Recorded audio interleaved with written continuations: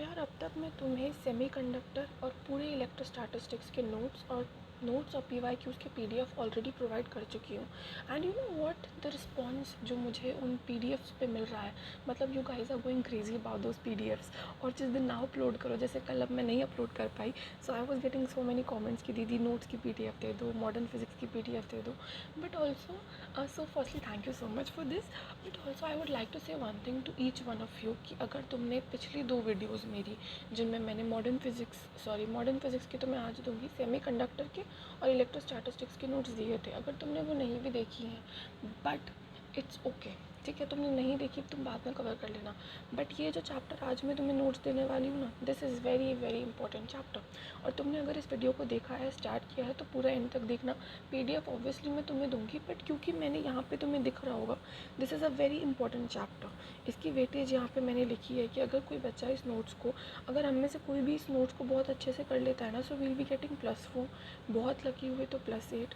और अगर तुम ज़्यादा ही अच्छे से कर लो और तुम्हारी किस्मत भी उस दिन अलाइन हो जाए तुम्हारे शिफ्ट वाले दिन, तो +12 भी हो सकता है, वो भी फ्री के मार्क्स। ये कैसा चैप्टर है जो तुम्हें फ्री के मार्क्स ला के देता है अब तुम्हारे जेई 2026 में। और पता है क्या, जब मैं 3 महीने पहले तक मैं खुद एक एस्पिरेंट थी, तो मेरा कोई मोटिव कोई कोचिंग सेंटर खोलना या कोई प्रीच करना या टीच करना नहीं है। मेरा मोटिव है सिर्फ इतना कि जो भी जेई 2026 में मेरे जैसे बच्चे हैं, जिन्हें कोई गाइडेंस नहीं थी, जिनकी ऑलमोस्ट प्रिपरेशन मेरी तरह ही वेस्ट हो चुकी है, तो I am here to just tell you as an elder sister. मैं कोई टीचर, कोई बहुत बड़ा बोर्ड लेके या कुछ लेके नहीं आई हूँ। I am just here to tell you all this. I want to make this as a comfort channel, जहाँ पे तुम आओ and you will talk to your elder sister. Because I also as a person जिसकी कोई बड़ी बहन नहीं है, आई विश कोई बड़ी बहन होती, बट यू नो वॉट, एक बड़ी बहन के साथ when you discuss so many things, बहुत सारी चीज़ें हैं जो तुम अपने घर में नहीं बता सकते। जैसे मान लो तुमने पिछली इलेक्ट्रोस्टैटिस्टिक्स की वीडियो नहीं देखी, अब तुम्हारा इलेक्ट्रोस्टैटिस्टिक्स का बैकलॉग हो चुका है, तो क्या तुम अपनी मम्मी को जाके बोलोगे कि यार मम्मी इलेक्ट्रोस्टैटिस्टिक्स का बैकलॉग हो गया? नहीं। पापा को तो बिल्कुल नहीं बोलोगे। और क्या तुम अपने बड़े भाई बहन को जाके बोल सकते हो? नहीं, क्योंकि वो डांट देंगे, because they won't understand the position in which you are, but I can understand that. So I want to bridge that gap, क्योंकि मैं खुद 3 महीने पहले तक एक एस्पिरेंट थी। मुझे पता है कि जेई की प्रिपरेशन में पढ़ने से ज़्यादा इम्पॉर्टेंट है अपने आप को संभाल के रखना, क्योंकि ये कोई मैराथन या कोई स्प्रिंट नहीं है। यहाँ पे आपको हर दिन पढ़ना है, हर दिन कंसिस्टेंटली शो करना है। हर दिन 8 घंटा पढ़ो, बट डेली पढ़ो। और उसमें मुझे पता है ऑब्वियसली ब्रेक डाउन होगा, तुम सब बर्न आउट हो जाओगे। एक पॉइंट आएगा जब तुम्हें लगेगा अब नहीं हो रहा। हम सब एक पॉइंट पे आके घुटने टेक देते हैं, but I want to be that person who picks you up in every situation. और अभी जैसे कि मैंने कहा है तुमसे कि तुम अगर मॉडर्न फिजिक्स के जो पीडीएफ में तुम्हें दूंगी ना आज, जो पीडीएफ मैंने दिया है, पीडीएफ में क्या सब है, पीडीएफ में नोट्स हैं, मेरे खुद के हैंड रिटन नोट्स, जो नोट्स मैंने अपने टाइम पे यूज़ करे थे वो नोट्स हैं, प्लस पीवाईक्यूज़ भी हैं। और मेरे टाइम का मतलब कोई 15-20 साल पुरानी बात नहीं है, अभी 3 महीने पहले की बात है। मैंने भी 2025 में ही जेई दिया था, तो obviously I understand that feeling ना। अभी तक यू नो व्हाट, अभी तक वो जेई प्रिपरेशन मेरे अंदर से नहीं गई है। देखो फिर से मैं आ गई जेई 2026 में, बट हाँ, तो नोट्स हैं, पीवाईक्यूज़ भी हैं, सारे पीवाईक्यूज़ हैं, 10 साल के, 20 साल के नहीं, अब तक जितने क्वेश्चंस आए हैं सब क्वेश्चंस हैं। और क्योंकि आज दशहरा भी है, तो you can take that leap. और मैं कम्युनिटी पे, तुम्हें पता है, इफ़ यू डोंट नो, तो मैं हर दिन कम्युनिटी पे सुबह सुबह तुम्हें टारगेट देती हूँ, फिज़िक्स, केमिस्ट्री, मैथ्स में तुम्हें क्या करना है। फिर शाम को तुम्हारा काम होता है उसको अपडेट करना कि तुमने कितना काम किया है। तो it's a kind of consistency for you. तुम भी कंसिस्टेंटली जितना टारगेट आज का है उतना पूरा कर पाते हो, क्योंकि ऑब्वियसली अगर कोई रिपोर्ट करने के लिए नहीं है, अभी तुम बड़े बड़े कोचिंग्स में जाके थोड़ी बोल दोगे। देयर इज़ नो बडी जिससे तुम 1 to 1 का इंटरेक्ट कर सको, या जिन्हें बता सको कि आज इलेक्ट्रोस्टैटिस्टिक्स नहीं हो पाया। Nobody to scold you, nobody to target you, but I am here. तो इसीलिए मैं तुम्हें बता रही हूँ, मैं तुम्हें डेली टारगेट्स भी देती हूँ। If anybody is not very much active in the community, you should B, क्योंकि वहाँ पे डेली कुछ लोग तो डेली आके कमेंट करते हैं कि दीदी आज इतना हो गया, दीदी आज इतना हो गया, बोर्ड्स की भी, जेई की भी, सब कुछ। So you should be part of this community, ठीक है। बहुत बड़ा कोई मेरा चैनल नहीं है, but if you want to join you can definitely join. We are not building a fan page here, we are not building a you know what, a coaching here. कोई बहुत फैंसी कोचिंग हम build करने नहीं आए हैं। We are here just to build a family जो JEE 2026 एक साथ टारगेट कर रही है, ठीक है। तो अभी मैं क्या बोल रही हूँ, मॉडर्न फिजिक्स में तुम्हें बहुत अच्छा स्कोर मिल सकता है। अगर तुम इन पीडीएफ्स को सॉल्व कर लो, जो मैं तुम्हें पीडीएफ देने वाली हूँ, एक ही पीडीएफ है, उसमें नोट्स भी तुम्हें मिल जाएंगे, पीवाईक्यूज भी मिल जाएंगे, क्योंकि ऑब्वियसली अभी 3 महीने बचे हैं, ठीक है। अक्टूबर चल रहा है, अक्टूबर है, नवंबर है और फिर दिसंबर है। अक्टूबर, नवंबर, दिसंबर, फिर जनवरी में तो ऑब्वियसली सिलेबस करना बहुत बड़ी मूर्खता है अगर हम जनवरी में सिलेबस उठा के कर रहे हैं तो जनवरी में तो हम ऑब्वियसली सिलेबस नहीं करेंगे, हम 3 महीनों में सिलेबस ख़त्म करेंगे, फिर जनवरी में मॉक टेस्ट करेंगे। और जैसा कि मैंने तुम्हें प्रॉमिस किया है, तुम्हारा पूरा सिलेबस अगर तुम आज से भी स्टार्ट करते हो ना, अभी 2 ही चैप्टर्स हुए हैं, दोनों चैप्टर बहुत आराम से कवर हो जाएंगे। तुम कमेंट कर देना, मैं तुम्हें पीडीएफ का डायरेक्ट लिंक दे दूँगी जिसमें सारे नोट्स हैं, पीवाईक्यूज़ भी हैं, ठीक है। तो अगर तुमने अभी तक वो दोनों सॉल्व नहीं करें तो वो करो, और जो कर चुके हैं उनके लिए टारगेट मैंने कम्युनिटी पे डाल दिया है, तो जाओ और लिखो कि मैं हाँ वो टारगेट कंप्लीट करूँगा, और फिर आके उसको करना कि मैंने कर दिया। इससे तुम्हें एक मोटिवेशन मिलेगा और तुम्हारे आसपास वालों को भी एक मोटिवेशन मिलेगा। जैसे कि मैंने पहले भी कहा, we are here to build a family, तो फैमिली में it would be really nice अगर तुम आपस में ही मोटिवेट करते रहोगे एक दूसरे को। एंड उसके ऊपर मैं तो हुई, I will be there to check you upon, ठीक है। अभी आते हैं मॉडर्न फिजिक्स में। तो यार देखो, नोट्स को पढ़ना कैसे है। सबसे पहले मैं जो तुम्हें नोट्स दूंगी वो 5-6 पेजेस के नोट्स हैं, पूरा मॉडर्न फिजिक्स कवर हो जाएगा। अभी पता है मॉडर्न फिजिक्स को देख के हमें लगता है बहुत डिफिकल्ट चैप्टर है, बहुत बड़ा चैप्टर है, बट मॉडर्न फिजिक्स में ना कुछ 4-5 चीज़ें ही पूछी जाती हैं रेगुलरली, रिपीटेडली, तो हमें उन्हीं चीज़ पे कैच करना। बहुत ईजी चैप्टर है ये मॉडर्न फिजिक्स। पिछले साल जब मैं प्रिपेयर करी थी ना जेईई 2025 में, so this was my favourite chapter, क्योंकि मुझे लगता था कि इससे फ्री के मार्क्स मिलते हैं, कुछ नहीं करना, एक फॉर्मूला में वैल्यू पुट करनी है, सॉल्व करना है, हल्का बहुत रेशियो ले लेना है ज़्यादा से ज़्यादा, और बस आंसर आ जाता है। बहुत ईजी चैप्टर है ये, ट्रस्ट में। और जो मैंने नोट्स दिए हैं अगर तुम उनसे कर लो तो तुम्हारा कोई सवाल गलत नहीं होगा। फिर मैंने उसकी प्रैक्टिस के लिए और ये चेक करने के लिए भी कि नोट्स में से कितना आ रहा है, जो नोट्स दिए हैं क्या वो सफिशिएंट है, मैंने तुम्हें कुछ पीवाईक्यूज़ भी दे दिए हैं। क्योंकि पता है क्या, तुमने लेक्चर्स भले ही देख लोगे मॉडर्न फिजिक्स के, तुम में से 90% जो बच्चे हैं ना, उन्होंने नोट्स ही नहीं बनाए होंगे, वो वेट कर रहे होंगे सही टाइम के आने का, और वो सही टाइम कब आएगा, मेंस 1 के बाद बनाओगे नोट्स। मेंस 1 के बाद तुम बोर्ड दोगे, जेईई 2 दोगे, मेंस 2 दोगे, एडवांस की तैयारी करोगे, क्या करोगे। तो हमें मेंस 1 पे ही पूरी प्रिपरेशन अपनी प्रिपेयर कर लेनी है, ठीक है। तो अभी मॉडर्न फिजिक्स को ना मैं तुम्हें बता देती हूँ, इस नोट्स में भी और वैसे भी इन जनरल भी हम मॉडर्न फिजिक्स में क्या क्या पढ़ते हैं। मॉडर्न फिजिक्स में सबसे पहले आता है फोटो इलेक्ट्रिक इफेक्ट।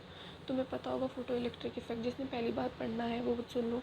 एक प्लेट है, एक मेटल की प्लेट है, मेटल की प्लेट है यार, ठीक है। मान लो तुम्हारे घर में एक खाने की प्लेट होती है, वो प्लेट है, उस पर हमने क्या किया, हमने बहुत सारी एक टॉर्च से ना हमने लाइट डाली, लेज़र लाइट, तो obviously the boys will understand, laser light होती है, ठीक है। लेज़र लाइट डाली, मान लो बहुत हाई एनर्जी है उस लाइट में, वो लेज़र लाइट डाली। अब वो लाइट क्या करेगी अपनी, अब प्लेट है, मेटल है, मान लो ये एल्यूमिनियम की प्लेट है, एल्यूमिनियम में इलेक्ट्रॉन्स होते हैं, ठीक है। एल्यूमिनियम के जो इलेक्ट्रॉन्स हैं, अब उनमें से मान लो 100 इलेक्ट्रॉन्स हैं, अभी 100 में से सपोज़ 99 इलेक्ट्रॉन्स जो हैं वो नीचे हैं।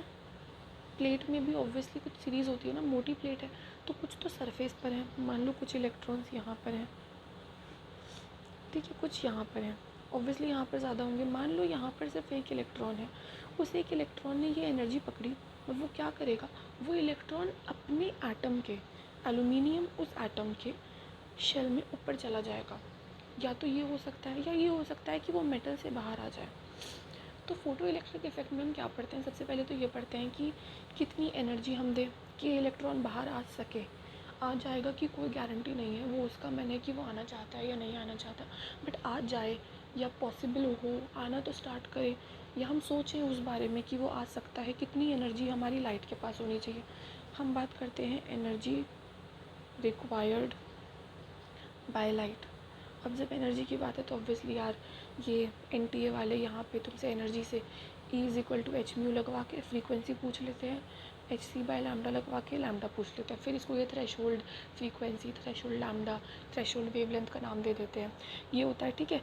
एनर्जी पूछ ली। अब ये भी हो सकता है कि मेटल कितनी एनर्जी डिमांड कर रहा है, एक ही बात है ये दोनों, इनको बस नाम अलग दे देते हैं। जब हम मेटल के लिए बोलते हैं तो वर्क फंक्शन हो जाता है, जब हम इसके लिए बोलते हैं तो वो थ्रेशोल्ड एनर्जी हो जाती है, ठीक है। मेटल को कितनी एनर्जी चाहिए और उसके पास कितनी होनी चाहिए, वो सेम ही होनी चाहिए ना, ये बात होती है।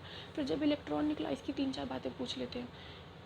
उसके लिए तुम्हें सिर्फ एक फॉर्मूला याद रखना है कि इलेक्ट्रॉन की काइनेटिक एनर्जी मैक्सिमम कितनी होनी चाहिए। यहाँ से तुमसे वेलोसिटी मैक्सिमम पूछ लेते हैं, 12 mv² लगवा के, ठीक है। और यही है, ठीक है। यहाँ से E is equal to work function plus kinetic energy maximum, ये 4 फॉर्मूला है। इसके बाद वो इससे ज़्यादा वेरिएशन भी नहीं, इसमें तो वेरिएशन भी नहीं आता, तो ये बहुत इजी टॉपिक है, तो ये तो कोई छोड़ेगा नहीं, ठीक है। मैंने तुम्हें क्या बताया, kinetic energy maximum, stopping potential. Stopping potential होता है कि इलेक्ट्रॉन की जितनी काइनेटिक एनर्जी है, मान लो इलेक्ट्रॉन 4 EV की काइनेटिक एनर्जी लेके निकला, अभी मैं कितना पोटेंशियल लगा दूँ कि ये रुक जाए, तो वो 4 वोल्ट हो जाता है। ये कैसे हो गया, तुमने kinetic energy maximum is equal to EV सुना होगा।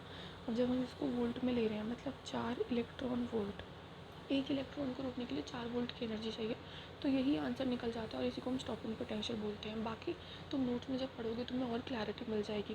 वेलोसिटी मैक्सिमम बता चुकी मैं तुम्हें, थ्रेशोल्ड भी बता चुकी, थ्रेशोल्ड एनर्जी से फिर तुम फ्रीक्वेंसी और वेवलेंथ निकालोगे। थ्रेशोल्ड और वर्क फंक्शन एक ही बात होती है, तो मैंने यहाँ पे वर्क फंक्शन नहीं लिखा, बहुत ईजी कॉन्सेप्ट है ये। फोटो इलेक्ट्रिक तो सबसे ईजी है, कोई बहुत बड़ी कैलकुलेशन भी नहीं होती है, बस तुम्हें EV का ध्यान रखना होता है। जो नोट्स में मैंने बता दिया है वो कैसे करोगे, ठीक है। तो PDF ज़रूर सबको लेनी है।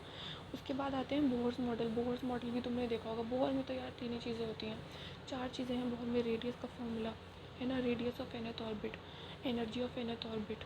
एनर्जी में भी हम आते हैं टोटल पोटेंशियल और काइनेटिक। ये एनर्जी की जगह यहाँ पे वेलोसिटी होना चाहिए, वेलोसिटी ऑफ nth ऑर्बिट। मतलब अगर इलेक्ट्रॉन एक एटम की एक ही इलेक्ट्रॉन है पूरे एटम में, क्योंकि ताकि इंटरेक्शन नहीं हो रहा आपस में, और वो nth ऑर्बिट मान लो 4th ऑर्बिट में घूम रहा है, तो उसकी रेडियस क्या है, किस रेडियस में वो घूम रहा है, ठीक है। मान लो ये एटम है, ये है फर्स्ट ऑर्बिट, ये है सेकंड ऑर्बिट।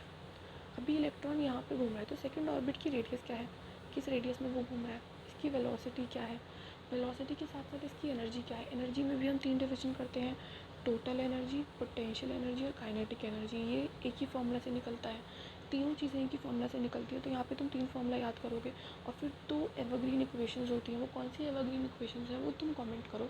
नोट्स में तो मैंने ऑब्वियसली लिखी है, बट फिर भी तुमने कितना पढ़ा है मॉडर्न फिजिक्स, 3 महीने बाद तुम्हारा भी मेंस है, तो बताओ कितना पढ़ा है। अब आते हैं फोटॉन्स। फोटॉन्स होते हैं पैकेट्स ऑफ एनर्जी, उसकी इंटेंसिटी का फॉर्मूला होता है यार, energy upon time, energy upon area into time, power, intensity, ये सब चीज़ें। फोर्स I/C है ना, I/C वाला जो फॉर्मूला होता है, वो वाला फोर्स का फॉर्मूला, ये बहुत इंपॉर्टेंट है, इसे डायरेक्ट सवाल आते हैं। वेवलेंथ का फॉर्मूला और मोमेंटम का फॉर्मूला, ये 4-5 फॉर्मूलाज हैं जो मैंने स्टार्टिंग में लिख दिए हैं। एक्सरे, फिर आता है एक्सरे, न्यूक्लियर फिजिक्स और रेडियो एक्टिविटी। अब ये तुम्हारा JEE 2026 के सिलेबस में कितना कितना है वो डिपेंड करता है, मेंस में कितना है, एडवांस में कितना है। पिछली बार तो मेंस और एडवांस में यहाँ पे बहुत बड़ा एक इशू आ गया था कि रेडियो एक्टिविटी मेंस में पूछ रहे थे बट कभी दी नहीं थी, तो वो तुम सिलेबस देख के ही करना। बट मैंने नोट्स में एक्सरे और न्यूक्लियर फिजिक्स तुम्हें दिया है, रेडियो एक्टिविटी नहीं दिया है, क्योंकि वो आई डोंट थिंक मेंस में इतना इंपॉर्टेंट भी है अगर आ भी रहा है तो, ठीक है। तो इतना है, अभी मैंने तुम्हें बता दिया नोट्स में क्या क्या है। अब नोट्स ही देख लो, मैंने नोट्स में क्या क्या दिया है वो तो पता चल गया। अब नोट्स क्या हैं वो देखो, ये मेरे नोट्स के कुछ पेजेस हैं जो मैंने अटैच करे हैं, ठीक है। तो अभी आते हैं सबसे पहले, ये रहे मॉडर्न फिजिक्स के नोट्स। सबसे पहला फोटोन से मैंने तुम्हें बताया था, फोटोन से स्टार्ट किया। तो energy of 1 photon hc/λ hµ, दोनों फॉर्मूलाज लिखे, फ्रीक्वेंसी वाला भी और लैम्डा वाला भी। फिर EV में एनर्जी निकालने की जो ट्रिक होती है, नैनोमीटर वाली वेवलेंथ के साथ और एंगस्ट्रॉम वाली वेवलेंथ के साथ, वो है।